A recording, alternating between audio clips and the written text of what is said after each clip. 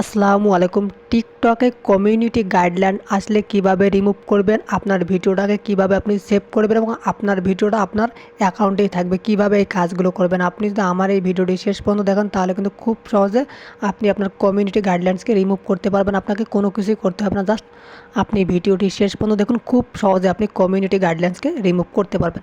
প্রথমে আপনি আপনার যে ভিডিওটা আছে এই ভিডিওটার উপর আপনি একটা ক্লিক করে দিবেন। যারা ভিডিওটি দেখতেছেন প্লিজ সাবস্ক্রাইব করে শেয়ার করে দিবেন। নিচের দিকে দেখেন লেখা আছে এখানে, জাস্ট আপনি এখানে একটা ক্লিক করে দিবেন। এই যে ভিউ ডিটেলস, এখানে ক্লিক করে দিবেন। ক্লিক করে দেওয়ার পর একটু অপেক্ষা করবেন, দেন আপনি এখানে নেক্সটে ক্লিক করবেন। এখানে তিনটা অপশান আছে, আপনাকে তিনটে পূরণ করতে হবে।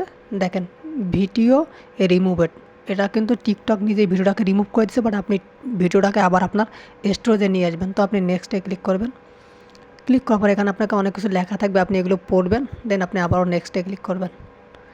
ক্লিক করার পর একটু অপেক্ষা করবেন, দেন এখানে দেখেন স্কিপ আছে, আপনি স্কিপ করবেন। এখানে দেখেন সাবমিট লেখা আছে, জাস্ট আপনি সাবমিটে ক্লিক করবেন।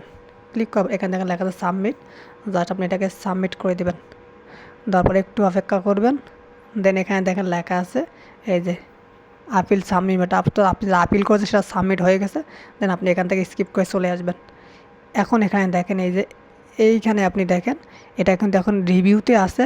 আমি আশা করতেছি ইনশাল্লাহ 1 থেকে 2 ঘন্টার মধ্যেই কিন্তু এই ভিডিওটা আবারও আমার সেভ হয়ে যাবে বা আমার স্টোরেজে ভিডিওটি থেকে যাবে, কারণ এটা কখনোই কপিরাইট বা কমিউনিটি গাইডলাইন্স যে ভঙ্গ করে নাই। আশা করি বুঝতে পারছেন, কারণ আমি দেখছি টিকটকে সবসময় এরকম করে, বাট যখনই আপনি আপিল করবেন তখনই আপনার ভিডিওটা কিন্তু আবারও আপনার যে অ্যাকাউন্ট আছে সেখানে থেকে যায়। ধন্যবাদ ভিডিওটি শেষ পর্যন্ত দেখার জন্য। যদি ভালো লেগে থাকে তাহলে আপনি সাবস্ক্রাইব করে শেয়ার করে দেবেন।